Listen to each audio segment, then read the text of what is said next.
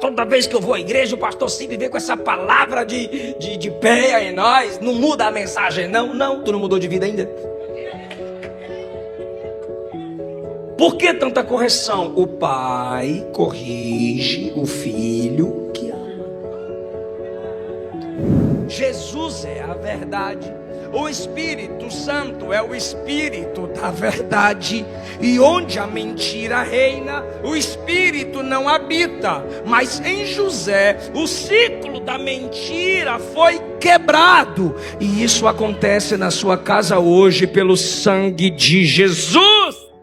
Paz do Senhor Jesus. Amém. Queridos, os que podem, meditem comigo na primeira carta de Pedro, no capítulo 2. Leiamos a partir do versículo 1.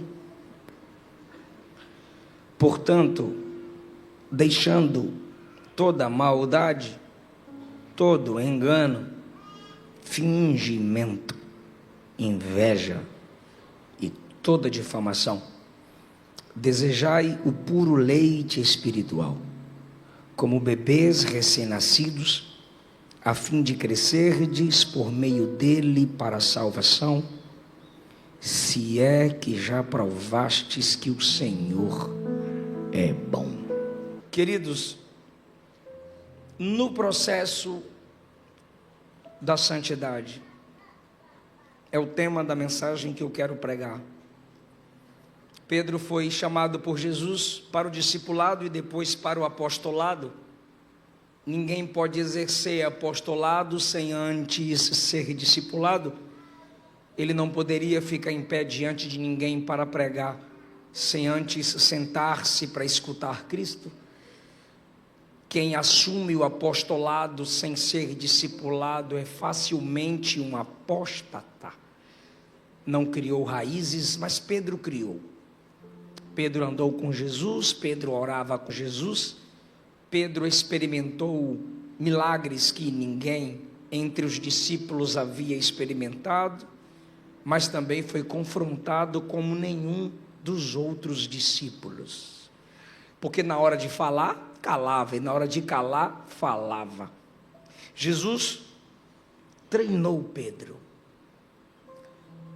Jesus encheu Pedro com o Espírito Santo, como encheu a igreja em Atos 2. E cada um agora tem sua missão específica, de plantar a igreja, formar discípulos e levar o Evangelho, Jerusalém, Judéia, Samaria e até os confins da terra. Óbvio que isso não pertencia ao grupo dos 11, pois Judas havia morrido.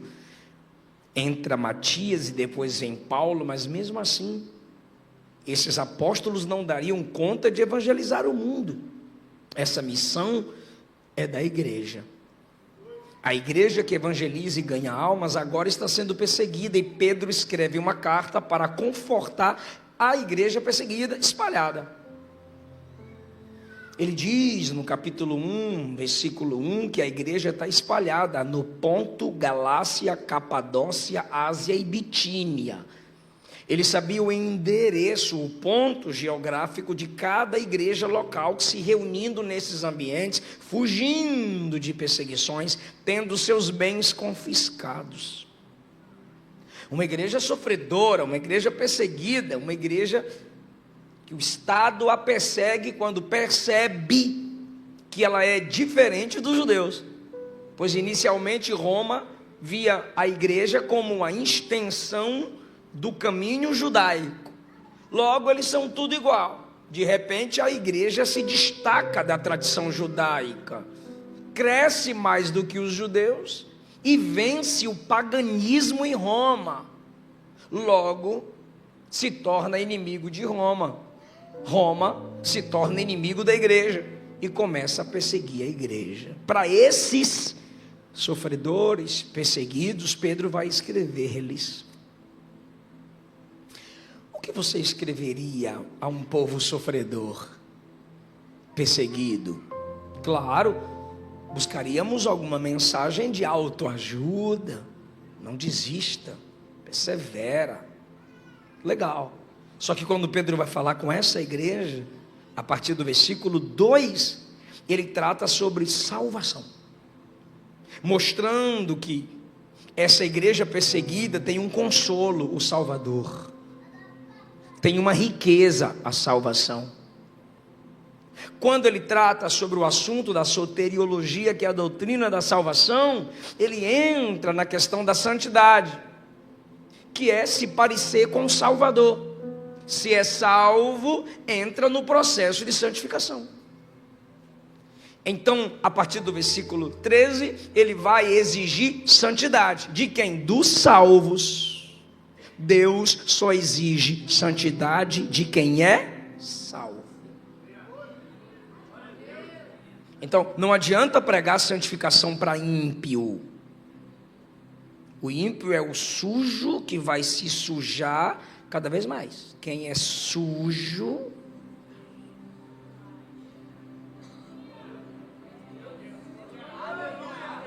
mas quem é santo,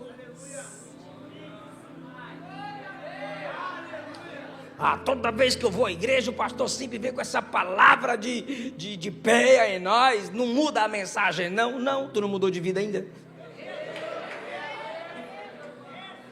Por que tanta correção? O pai corrige o filho que ama. Alguns locais que eu chego e as pessoas então às vezes perguntam a minha opinião. E eu expresso minha opinião. Aí depois me chamam de polêmico. Só que perguntaram sobre o carnaval. Pastor, tu viu o que fizeram com o nome de Jesus e com a igreja no carnaval? Eu disse, vi.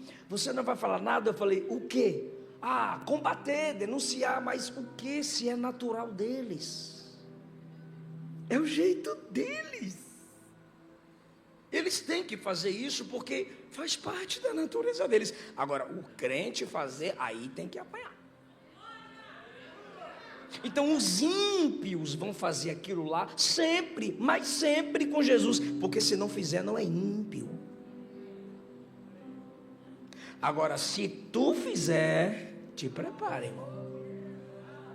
Aí papai te disciplina. Por quê? Porque ele não tem compromisso com o mundo, ele tem compromisso com você. Para os salvos, Pedro escreve sobre santidade, a partir do versículo 13, só que ele diz assim, guarde seu entendimento, sua mente, versículo 13. Aí no versículo 14 ele diz, se comporte como filho obediente. No 15 ele diz, está escrito que a gente tem que ser santo, como é santo aquele que nos chamou, e ele prova no versículo 16, citando Levítico. Ele manda no versículo 17, andarmos em temor, reverência, coisa de quem é santo. Aí ele volta para a salvação, 18, sabendo que não foi com coisas perecíveis que fostes resgatados da vossa vã maneira de viver, fostes resgatados com precioso e puro sangue de Jesus, como de um cordeiro imaculado. Mais uma vez ele toca no assunto da salvação para exigir de nós santidade.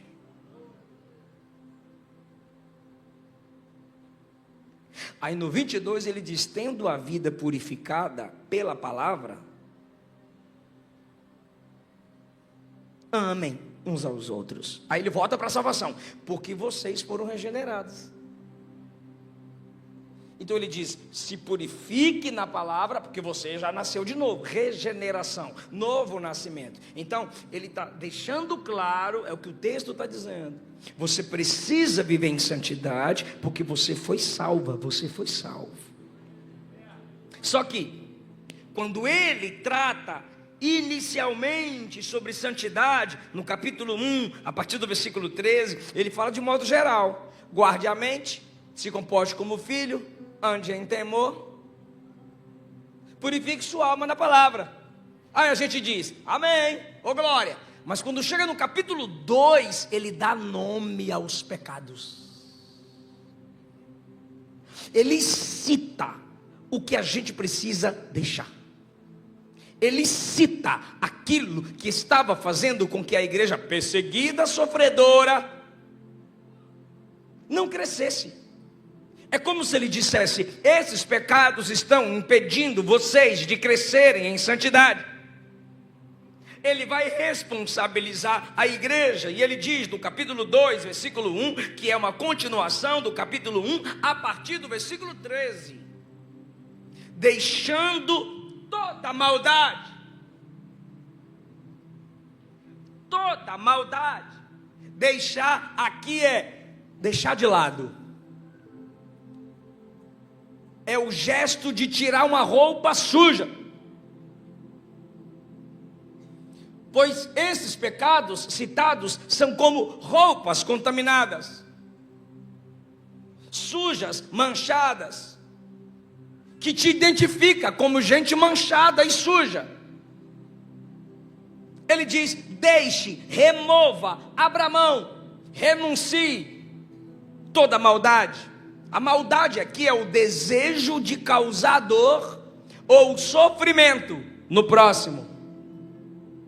Se eu não for mal, sofro eu. Se eu for mal, eu faço o outro sofrer, antes ele e antes ela do que eu. É a projeção de derrubar o outro, queimar o outro, humilhar o próximo, se dar bem, deixar o outro para trás. Maldade. Viver contrário à bondade de Jesus. Maldade. Deixar de fazer o bem quando pode. Deixar de fazer o bem na hora que pode.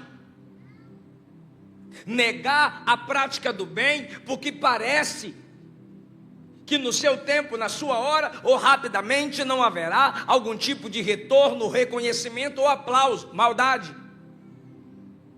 E sempre que você quiser fazer o mal, pode ficar tranquilo, você não vai fazer sozinho, o capeta vai te ajudar.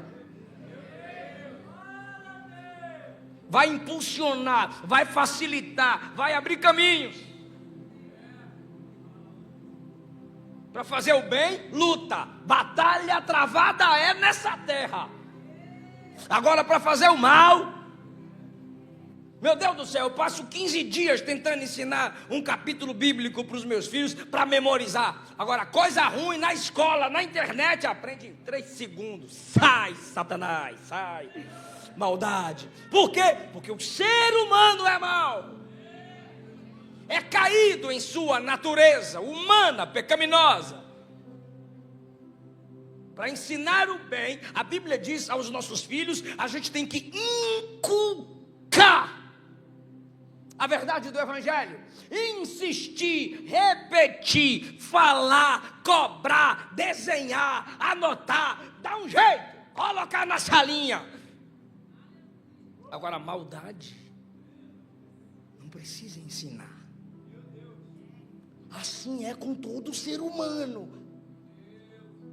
E o que Pedro diz? Fuja da maldade.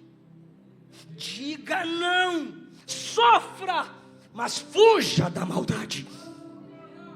Por quê? Porque você é salvo, porque você é crente, porque você representa Cristo na terra.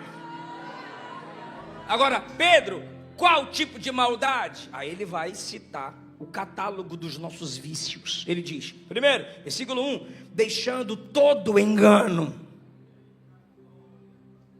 O que é isso, pastor? Mentira. É normal mentir. Gente que mente tanto que nem percebe que está mentindo. E alguém tem que dizer, é mentira. Lembra da família patriarcal? Abraão, Isaac, Jacó. Sara era bonitona. O faraó apaixonou, Abimeleque apaixonou. E quando perguntaram, quem é essa mulher? Minha irmã. Ela era meia irmã, mas se casou, é esposa. E ele sempre negou minha esposa. Não, ele sempre disse minha irmã. Por quê? Porque se eu disser que é minha esposa, me matam para ficar com ela. Então eu digo que ela é minha irmã, porque aí eu fico vivo, mesmo que tomem ela de mim.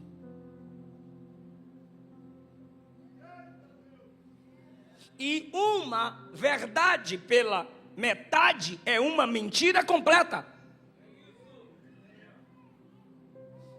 Aí vem o filho de Abraão, Isaque, e perguntaram para ele sobre Rebeca. Gênesis 26. Quem é essa?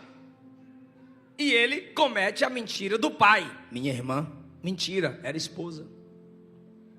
Aí vem o neto de Abraão, o filho de Isaque, Jacó. Aí nem se fala, né, irmão? Chega diante do pai, e o pai pensa que ele é Esaú, e o pai pergunta: quem está aí? Esaú. Aí o pai diz: só que eu pedi a caça, você já achou a caça? Tão rápido. Olha a mentira de Jacó: teu Deus mandou a caça ao meu encontro. Mentira, a Bíblia diz que ele foi no quintal e pegou o cabrito. Tem gente que mente tanto, que para ter credibilidade tem que usar o nome de Deus. Eu juro, eu prometo, é sério. Virou vício, costume, mal.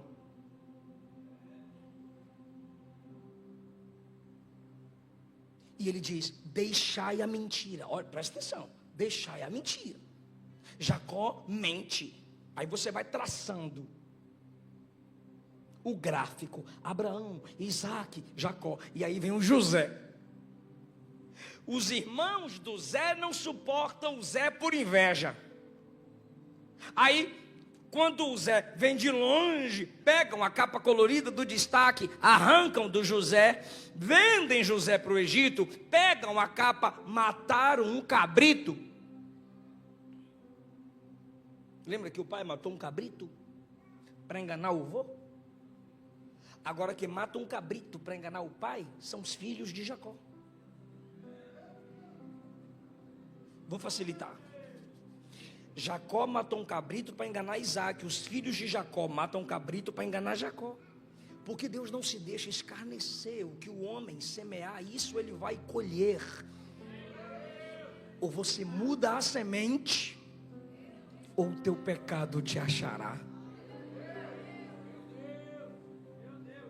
E aí mancham a capa do menino no sangue e o vendem para o Egito. E chegaram em casa e disseram, com a capa manchada no sangue do cabrito: uma fera comeu seu filho. A mentira entrou no coração de Jacó, e ele disse que com José, seu espírito desceria à sepultura. Entrou em depressão, tristeza de alma, pois o filho do coração morre por causa da mentira. Se acaba ali a vida de Jacó. Só que veio a fome na terra, os irmãos de José desceram ao Egito. Quando chegam lá, o Zé se revela. E quando José se revela, a primeira pergunta que ele faz é: cadê meu pai? Meu pai está bem? Está bem. Aí ele disse: manda a carruagem e fala para papai a verdade. Fala que eu estou vivo. Olha que coisa linda. Aí vieram os funcionários de José buscar Jacó e disseram: José, teu filho vive e mandou te buscar. A Bíblia diz: o espírito de Jacó reviveu. Por quê? Porque com a mentira, o espírito de Jacó estava abatido, caído, humilhado, amarrado. Agora com a verdade, o espírito, o ânimo de Jacó revive. E conhecereis a verdade, e a verdade vos libertará. Agora se prepare para dar um glória lindo. De quem? O Antigo Testamento diz o que eu vou dizer agora? Apenas sobre José. Você não lê sobre Abraão o que eu vou dizer agora. Você não lê sobre Isaque o que eu vou dizer agora. Você não lê sobre Jacó o que eu vou dizer agora. Você só lê sobre José. Na família dos patriarcas, você só lê isso aqui sobre José. O que, pastor? Faraó olhou para José e perguntou: onde acharíamos um homem como esse, em quem habita o Espírito de Deus? Você percebe que aquele em quem não se tem registro de mentira, é nele que se tem o registro da ação do Espírito Santo. Pois a Bíblia é a verdade, Jesus é a verdade, o Espírito Santo é o Espírito da verdade, e onde a mentira reina, o Espírito não habita. Mas em José, o ciclo da mentira foi quebrado, e isso acontece na sua casa hoje, pelo sangue de Jesus. Você irá além dos seus pais, você irá além dos vícios familiares. É noite de libertação pelo poder da verdade. Eu creio nessa palavra, aleluia. Deixe a mentira, deixe o engano.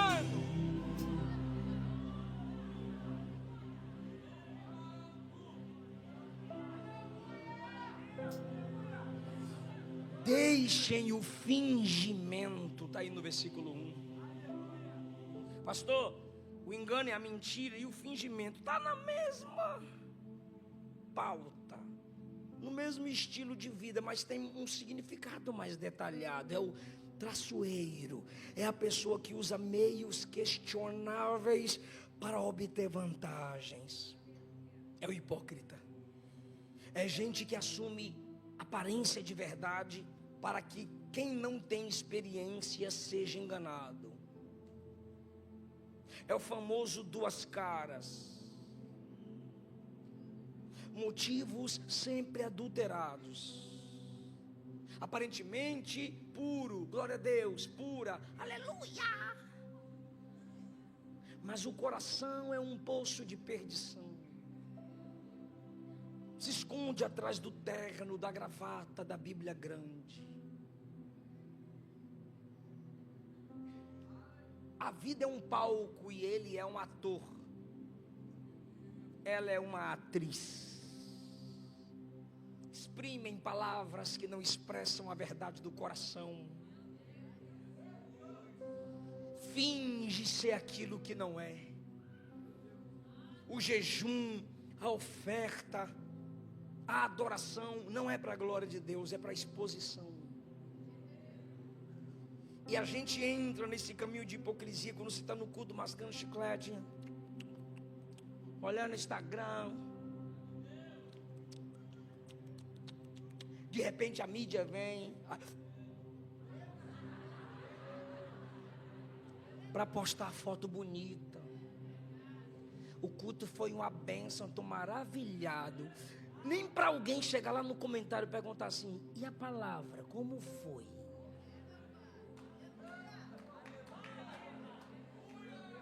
A palavra foi mistério.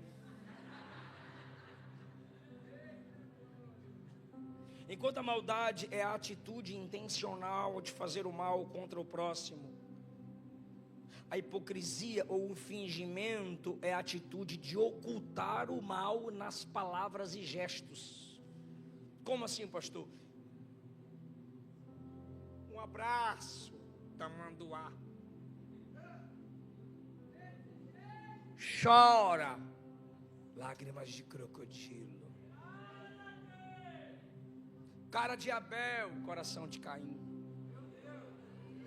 Aparência de Moisés, intenção Coré, Abirão, Datã. Louvor, pregação de anjo, coração de demônio.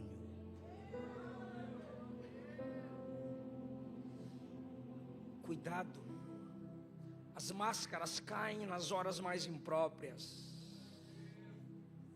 O cara abriu o escritório, só que não tinha nenhum cliente. E aí alguém bateu lá ou tocou a campainha, tindom, piririm, piririm, não sei, ou bateu. Quando ele viu a pessoa chegar, ele disse: opa, primeiro cliente, deixa eu ostentar. A aparência é tudo. Aí pegou o telefone e começou a falar e pedia para a pessoa esperar um momento, e falava, tudo mentira, falava, e desligou o telefone, e foi lá, pediu desculpa, me desculpe pela demora, eu estava fechando um grande contrato, mas agora estou disponível para recebê-lo, pode entrar, por gentileza? Aí o cara disse, não, eu não preciso entrar, é que eu vim instalar a linha telefônica.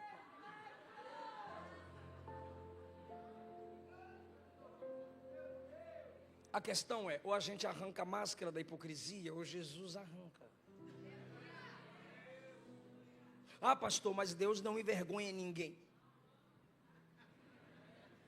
Faz o teste. É sério, faz o teste.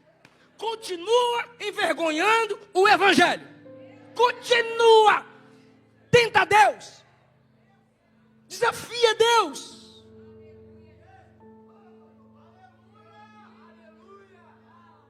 Rubem viveu na imoralidade. Quando chegou a hora de Jacó abençoar todos os filhos, Rubem chegou, é a minha vez. Aí Jacó disse, tu vai ser o último na fila.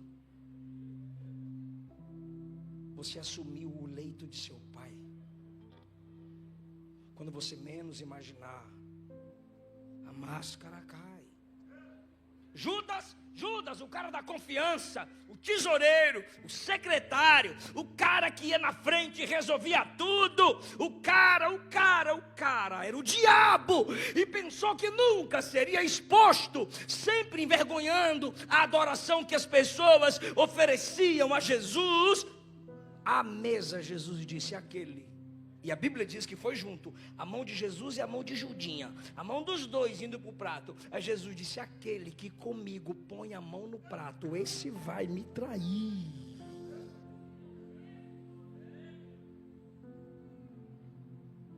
As máscaras caem quando a gente menos imagina. Davi estava passeando no terraço do palácio e viu uma bela mulher banhando no lugar que ela queria banhar, sei lá se era o lugar errado ou certo, só sei que a Bíblia diz que ele é quem estava em casa em vez de estar na guerra, e ali forçou, mandou muitas cartas para conquistar aquele espaço de pecaminosidade, trouxe a mulher até ele, adulterou. Ficou 2 anos mascarado, sem confessar pecado. O homem segundo o coração de Deus, o rei, o poeta, o guerreiro. De repente chega Natã, segundo Samuel capítulo 12, diz o texto, o Senhor mandou Natã até o rei Davi, e lhe disse, o profeta já chega dizendo assim, havia 2 homens na mesma cidade, um era rico, outro era pobre. Quem é o pobre? Urias. Quem é o rico? Davi. O rico possuía muito gado e ovelhas, Davi, com tantas servas dentro de casa, enquanto que o pobre só tinha uma ovelha, Batseba, o pobre, seu marido, que havia comprado. Ele cuidou dela, cresceu na sua casa junto com os filhos dele, ele alimentava com a sua própria comida, deixou que ela bebesse do seu próprio copo e dormia no seu colo. A ovelha era como uma filha para ele, Urias, Batseba. Certo dia, um visitante, o desejo, chegou na casa do rico. E o rico, ao invés de matar um dos seus próprios animais para preparar uma refeição para o visitante, pegou a ovelha do homem pobre, matou-a e fez uma refeição para seu hóspede, o desejo, a cobiça. Quando Natã conta essa ilustração para Davi, dizendo que havia um rico e um homem pobre, o homem rico tinha muitas ovelhas, o pobre só tinha uma, e chegou um visitante, e o rico não quis matar uma de suas próprias ovelhas para alimentar o visitante, mas pegou a ovelha do pobre. Davi ficou furioso. Davi ficou irado, olhou para o profeta Natã e disse assim: eu juro pelo nome do meu Deus, que o homem rico que fez isso vai morrer. Aí Natã disse: vai o quê? Ele vai morrer e vai restituir 4 vezes. Aí Natã disse: o homem rico é você. Somos mascarados quando denunciamos publicamente o que cometemos no secreto. Quando exigimos das pessoas publicamente o que não praticamos em casa. Um amigo perguntou: pastor, você vai bater na ideologia de gênero? Eu disse: primeiro, já perdemos para a ideologia de gênero. Segundo, vou te fazer uma pergunta: você ensina o Gênesis dentro de casa? Para que criticar a ideologia de gênero lá fora, se eu não abro o Gênesis para os meus filhos? Eles podem criar quantos gêneros e sexos quiserem, mas se eu abrir o Gênesis, está escrito macho e fêmea, homem e mulher. Mas do que adianta eu exigir do mundo o que eu não faço, criticar no outro o que eu não pratico? Somos hipócritas. Ele continua dizendo: abandonem também toda inveja. Deixem a inveja. Alguém coloca um pouquinho de volume aqui para mim, por favor. Até no grupo dos discípulos tinha inveja. Os caras brigavam por causa de cargo e posição. Lucas 22, 24. Marcos 10, 41. Um com inveja do outro. Porque o outro destacava mais, falava mais, parecia que teria mais oportunidade, parecia que ia aparecer mais do que ele. Então a gente vai brigar. O que é a inveja? Primeiro, corresponde o desejo de ser quem o outro é. Segundo, de ter o que o outro tem.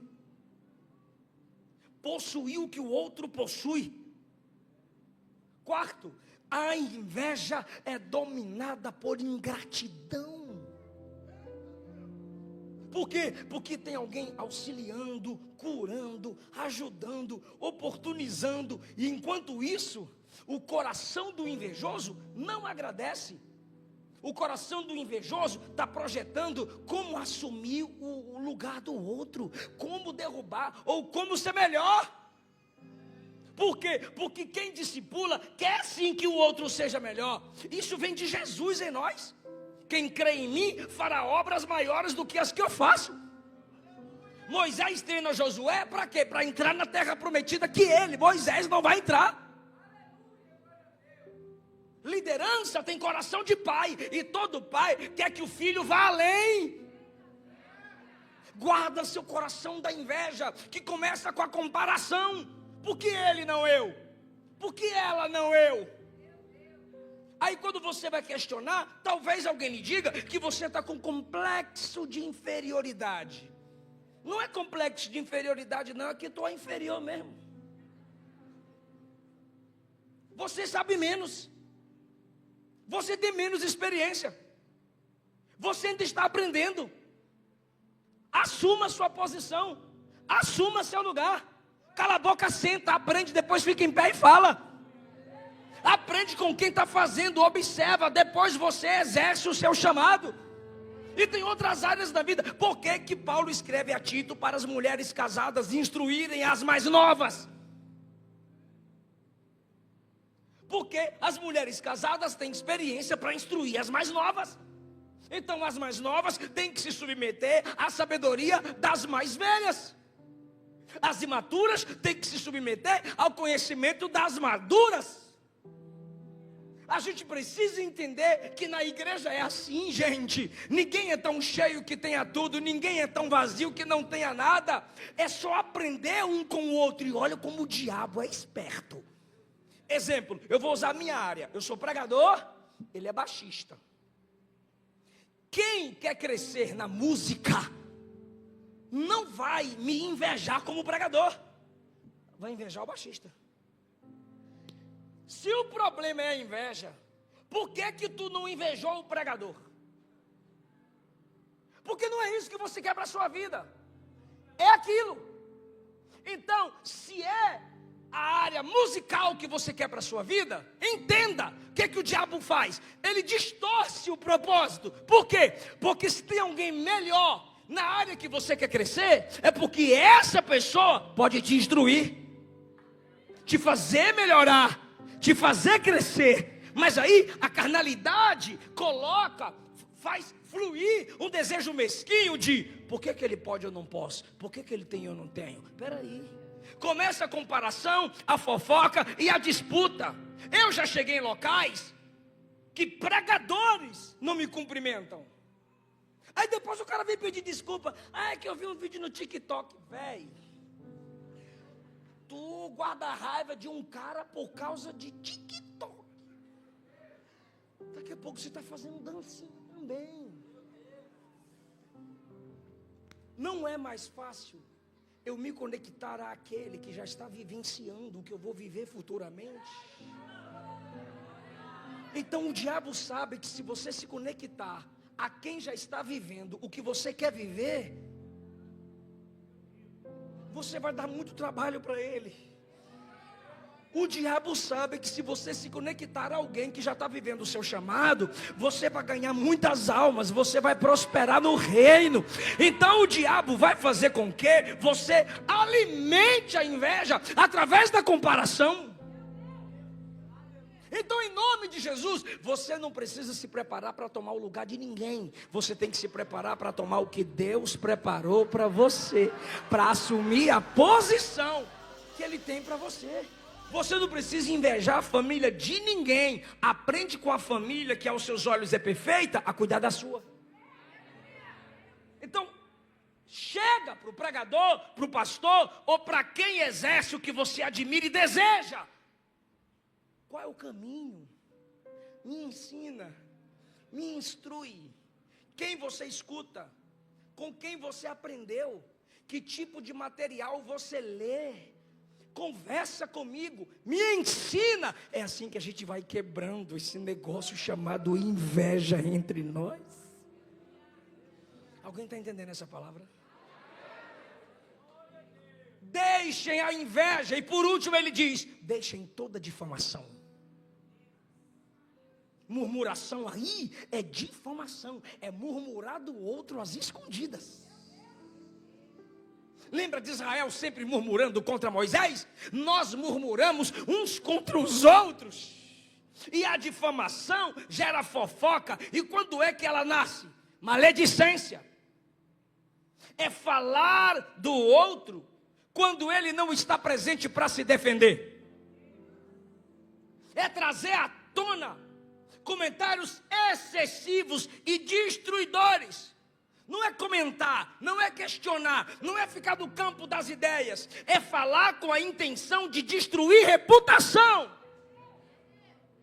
É alguém começar a elogiar a outra ou elogiar o outro e você começa assim: concordo, mas... Esse mais que é o veneno da serpente. Mas, porque o outro não pode continuar sendo elogiado, a outra não pode continuar sendo elogiada. Sempre tem o mais no coração do maledicente, do fofoqueiro, do caluniador. E quando que não é fofoca? Primeiro, quando eu não peço segredo.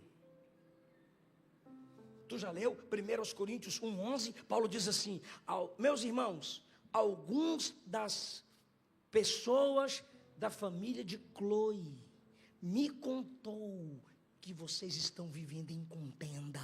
Agora imagina se essa família fosse fofoqueira. Pastor Paulo, não fala o nome da minha mãe não.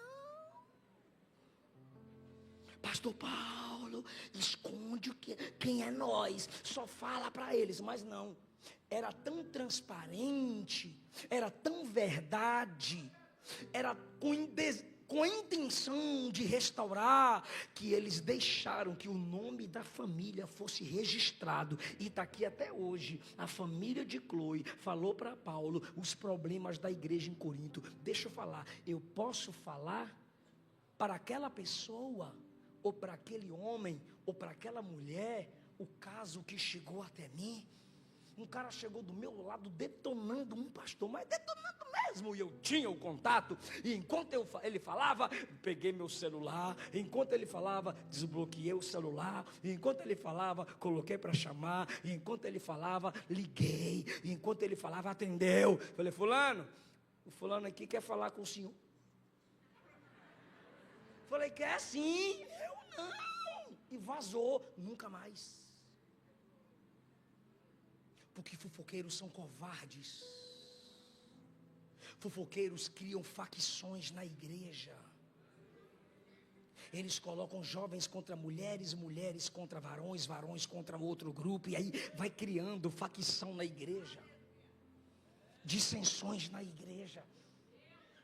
Segundo, por que não era fofoca em 1 Coríntios 1? Primeiro, você percebe que não tem segredo do nome de quem falou. Paulo fala o nome da família que falou da igreja de Corinto. Segundo, para quem falou? Para quem você está falando esses problemas? Para quem você está falando das dificuldades e necessidades da igreja?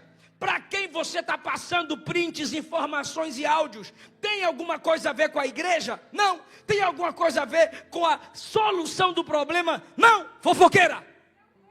Fofoqueiro. Por quê? Porque se eu estou falando para quem não resolve, eu só estou falando para fofocar, para gerar contenda. Agora, para quem eles falaram? Para o pastor Paulo. Pastor Paulo escuta o problema, escreve a carta para exortar a igreja e gerar maturidade nela. Se você fala para quem pode resolver, é amor. Se você fala para quem pode resolver, a sua intenção é edificar o corpo de Cristo. Mas se o que você fala é para alimentar ódio, calúnia, inveja contra a igreja, se pegarem teu Instagram e virem que você só segue página de fofoca, é porque tu é fofoqueiro e tu é fofoqueira. Por quê? Porque fofoqueiros amam fofocas. Se nós instruíssemos e cortássemos com a espada da verdade, não teríamos tantas destruições de ministérios e de igrejas. Fujam da inveja, fujam da hipocrisia, fujam das máscaras, fujam do engano, fujam da maledicência. Pedro, como que eu faço isso? Coloca o versículo 2, se puder projetar o versículo 2. Pedro, como que eu venço a maldade? Como que eu venço o engano? Como que eu venço o fingimento, inveja e difamação? Está aí no versículo 2. Desejai afetuosamente, como meninos novamente nascidos, ou recém-nascidos, ou de novo nascidos, o leite racional. Se você não desejar a palavra, você não vence seus pecados.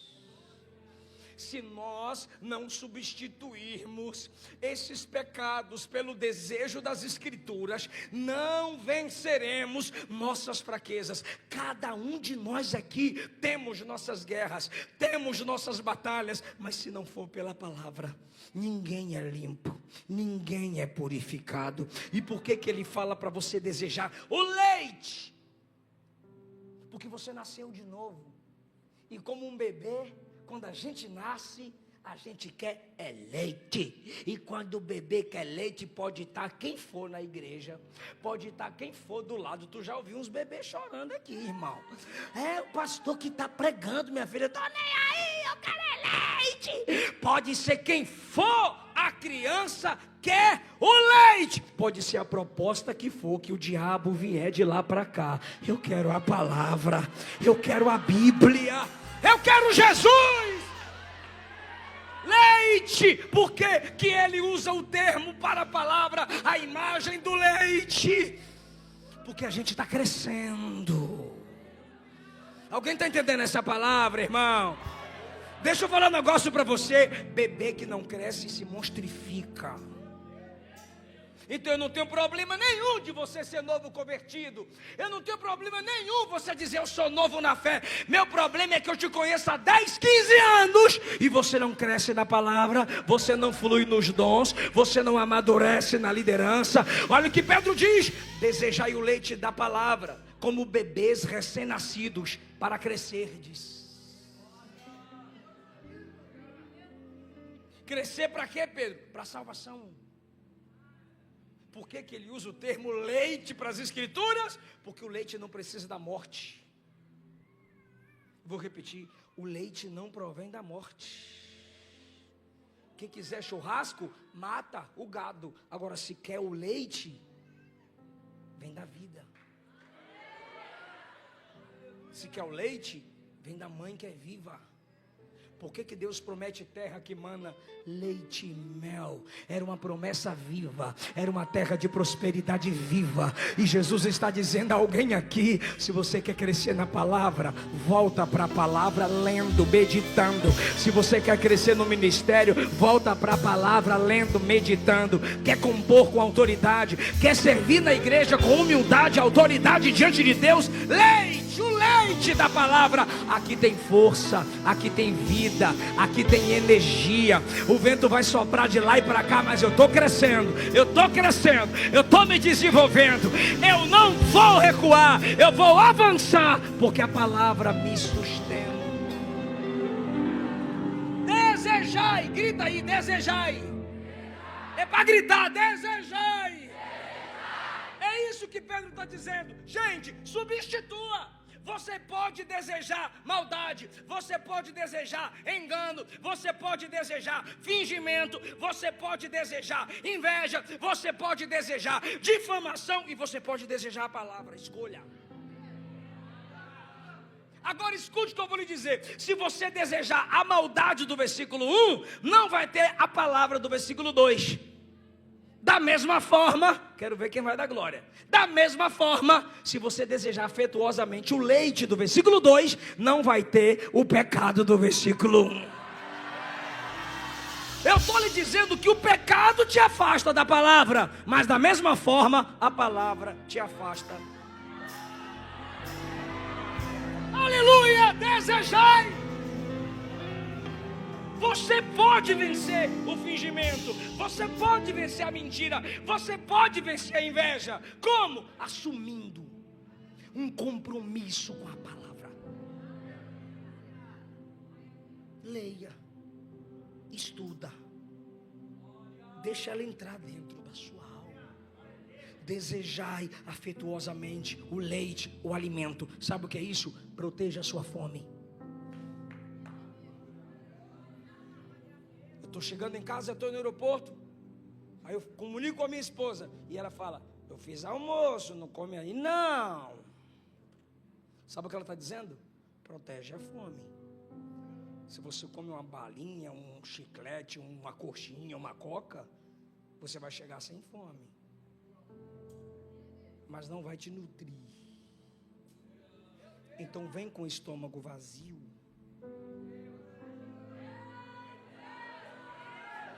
Para se alimentar de verdade.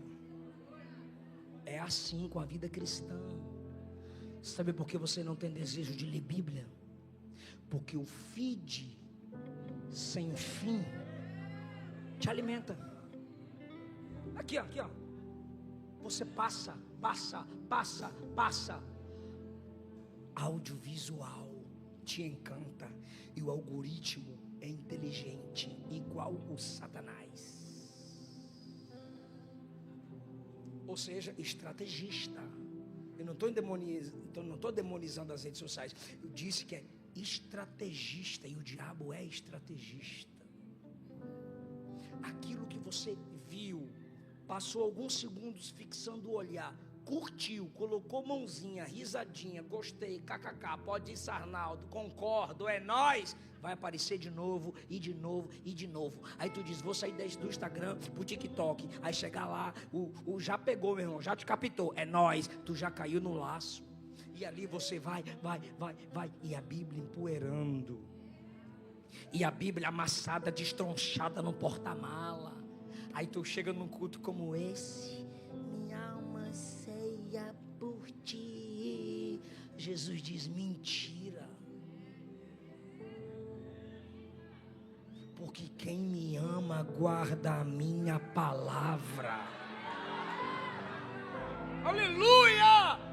Desejai afetuosamente.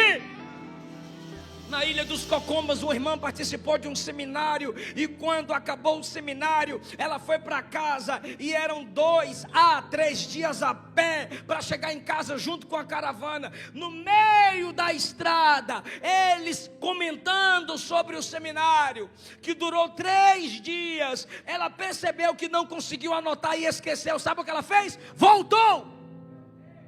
Um dia de viagem voltou e pediu ao pastor para explicar novamente. O pastor disse: minha irmã, mês que vem teremos mais conferência. Por que a irmã não esperou para voltar na conferência e me perguntar o que perdeu? Ela disse: não, eu não poderia esperar. É que a palavra de Deus é muito valiosa para se perder no meio da caminhada. O culto vai acabar, mas eu lhe aconselho: leva o texto para casa.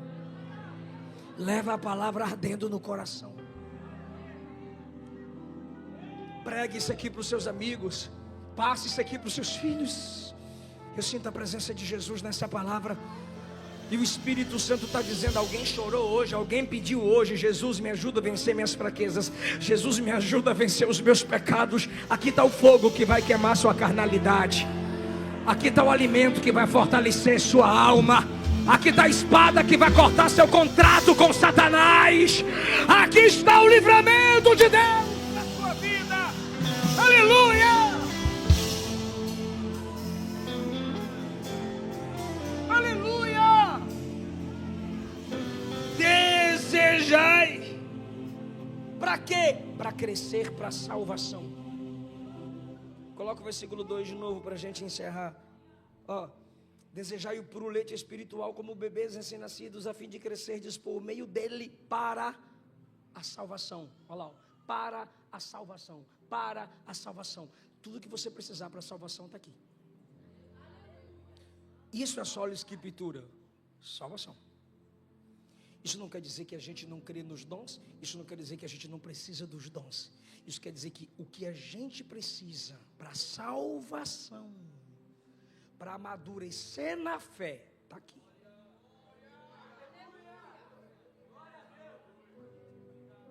Olha que coisa maravilhosa agora. Olha como Pedro nos confronta. Coloca aí o último versículo que eu li. Coloca o 3. 3.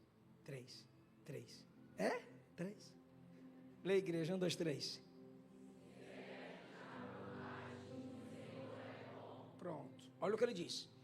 Desejai afetuosamente o leite puro da palavra como bebês recém-nascidos. Bebê não está nem aí para quem está do lado. Ele quer leite. Assim é o crente que nasceu de novo, quer palavra.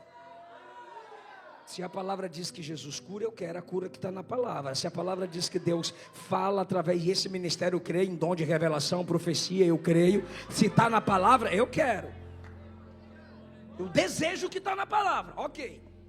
Cresça para a salvação, baseando-se na palavra. Amém, Pedrão? Aí ele fala assim: se é que você já provou que o Senhor é bom, se você ainda não experimentou que Deus é bom, se você ainda não provou que Deus é bom, isso aqui para você é um livro qualquer. Agora, se você já sentiu, percebeu que Ele é bom, Jesus vicia.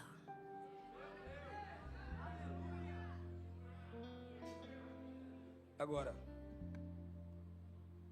provai e vede que o Senhor fala é bom.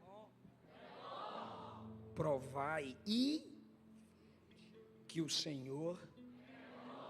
Você tem duas opções. Primeiro, você pode ver que Ele é bom. A questão é que para ver pode ser a distância. Eu estou vendo, que bom. Duas mulheres conversando: que benção, amiga. Você está feliz, amiga? Continue indo para a igreja, amiga. Eu vou para minha macumba e tu vai para a igreja, amiga. Que benção para tu, amiga. Que benção, mano. Falou, mano. É bom mesmo. Vai para a igreja mesmo, velho. Vai lá, mano. O homem não chamou outro de amigo, não é, mano? Que bom, mano. Parabéns para tu. Continue indo para a igreja, velho. Ó, o cara lá mudou. O cara lá mudou mesmo. O poder de Deus é bom mesmo. Viu que o Senhor é bom. Então tem gente que vê que Jesus é bom. Só que tem crente que chega no outro nível. Eu não quero ver. provar. Aleluia! Você pode olhar a mesa à distância, mas para provar do que tem na mesa, vem e receba e sinta, vem e sinta e veja e pronto. Aí Pedro diz: você vai desejar o leite se você já provou. Mesmo que você esteja desviada, mesmo que você esteja desviado, mesmo que esteja no leito do pecado, no ambiente do pecado, cheirando tudo, bebendo todas, na prostituição, na imoralidade, no roubo, no engano, se um dia você já provou que Ele é bom, você grita: me arranca daqui, me tira daqui, eu não quero ficar sem Jesus. Uma música que alguém te manda, um testemunho, uma palavra, uma pregação. Volta ao primeiro amor. Volta para casa de papai.